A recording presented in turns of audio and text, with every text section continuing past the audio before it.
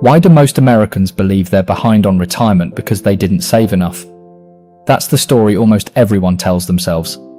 But according to Federal Reserve and EBRI data, that's not actually what derails most middle-class retirements. Not as many people as you'd think are behind because of income. And once you see the real pattern, it will all make sense. So let's define what we're actually talking about here. Retirement readiness, in this context, simply means having enough saved by your mid-60s to replace a meaningful share of your working income without running out of money. Researchers usually measure this using something called the Survey of Consumer Finances, or SCF, a study the Federal Reserve runs every 3 years, asking American households exactly what they earn, owe, and have saved. It's the most detailed financial snapshot of the American household that exists. And when you look at what it shows for people in their 50s, specifically, the picture gets uncomfortable fast. Here's the number that stops people cold. According to the Federal Reserve Survey of Consumer Finances, the median household aged 55 to 64 has just $185,000 saved for retirement. That's the midpoint, meaning half of households have less than that. Most financial guidelines suggest a household in that age range should have somewhere between 6 and 8 times their annual income saved by then.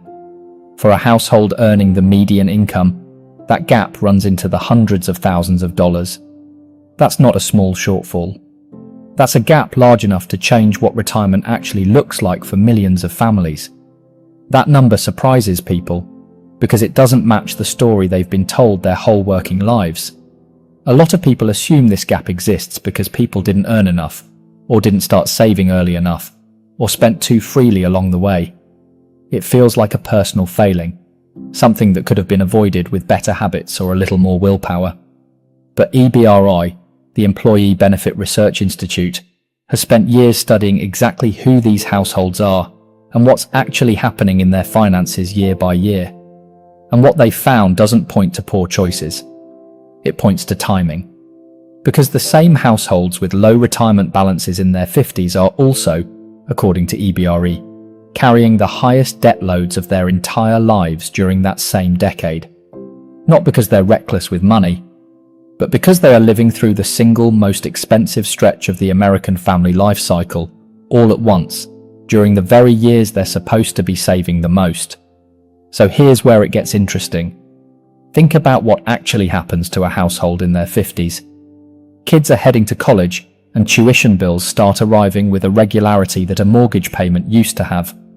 The mortgage itself is often still years from being paid off, sitting near its peak balance if the home was purchased or refinanced in the decade before. Aging parents start needing help, sometimes financial, sometimes logistical, almost always expensive, and almost always without much warning. And somewhere in there, a roof needs replacing, or a car finally gives out, because the house and the car have been aging right alongside everything else. None of these expenses are optional. None of them are frivolous. They are the ordinary, unavoidable costs of being a middle-aged adult with kids, aging parents, and a home that's finally showing its age.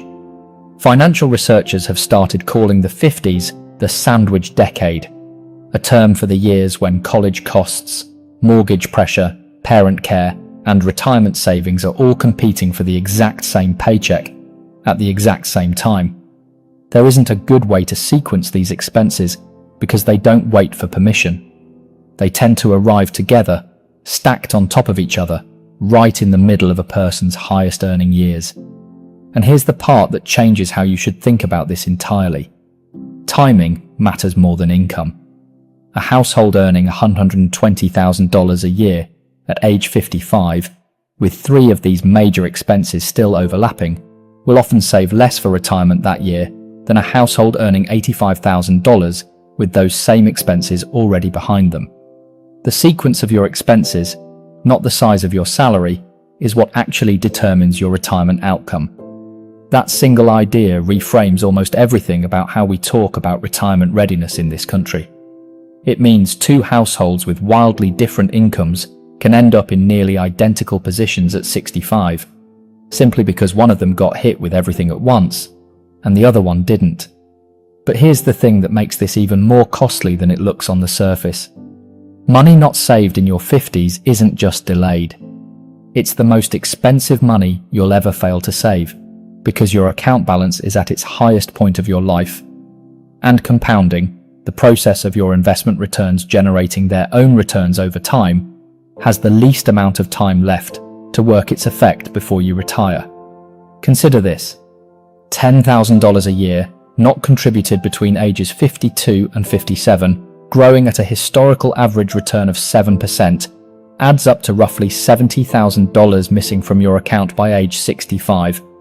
That's not a rounding error. That's the exact 5-year stretch when the sandwich decade usually hits hardest, and it's also the exact 5-year stretch where missed contributions cost the most. And this is where research from T. Rowe Price and Vanguard becomes so revealing. Both firms have studied catch-up contributions extensively, and both find the same pattern again and again. Catch-up contributions are the extra amounts the IRS allows people 50 and older to add to their retirement accounts, on top of the normal annual limit, specifically to help close this exact gap later in a career. They exist because policymakers already understood this problem decades ago, and yet most eligible people never actually use them, not because they don't know catch-up contributions exist, but because, in the middle of the sandwich decade, the money simply isn't there to contribute, no matter how much someone wants to. There's one more piece of the Federal Reserve's data that puts all of this in perspective. Many households in their 50s are sitting on significant home equity, while holding very little in liquid accessible savings. The SCF shows this imbalance clearly, decade after decade, survey after survey. Home equity feels like wealth, and in a real sense, it is. But it doesn't pay your grocery bill in retirement, and it doesn't show up as income. You can actually withdraw month to month without selling or borrowing against your home. A lot of people look at their net worth on paper and feel reassured, without realizing how little of that number is actually usable day to day. So what does all of this actually mean for you? It means this isn't a discipline problem for most middle-class households. It isn't really an income problem either, no matter how it might feel in the moment. It's a timing problem, created by a decade of expenses that are real, legitimate, and mostly unavoidable for anyone raising a family and owning a home in this country. The real question isn't why you didn't save more during your 50s. It's what you do with the years that come right after them. Because the stretch between roughly 58 and 65, once college bills stop, and once the mortgage is finally paid down or paid off, is often the single most powerful savings window most households will ever have in their entire working lives. According to the IRS, workers 50 and older can contribute an additional $8,000 in catch-up contributions to a 401k in 2026, on top of the standard annual limit. And under the Secure 2.0 Act, workers specifically between ages 60 and 63 can contribute an even larger super catch-up amount, $11,250, instead of the standard catch-up figure. That's not a small detail. That's a deliberate window the law built for exactly this situation, for exactly these households. Combine those catch-up contributions with home equity that isn't squandered, and with the cash flow that frees up once tuition and mortgage payments end. And research from the Center for Retirement Research at Boston College suggests a meaningful retirement gap can be closed in as little as 7 years. 7 years doesn't erase everything, but it can be the difference between retiring anxious and retiring on your own terms. If you're in the middle of your own sandwich decade right now, this isn't a verdict on how you've managed your money. Most people in your position are carrying the same overlapping expenses, the same aging parents, the same tuition bills, the same mortgage, at the same time you are. You are not behind because you failed at something. You're in the middle of the most expensive decade most families ever go through, and that decade, like every decade, eventually ends. What comes after it is still largely up to you. So here's the real question worth sitting with. When your sandwich decade ends, what will you do with the years right after it?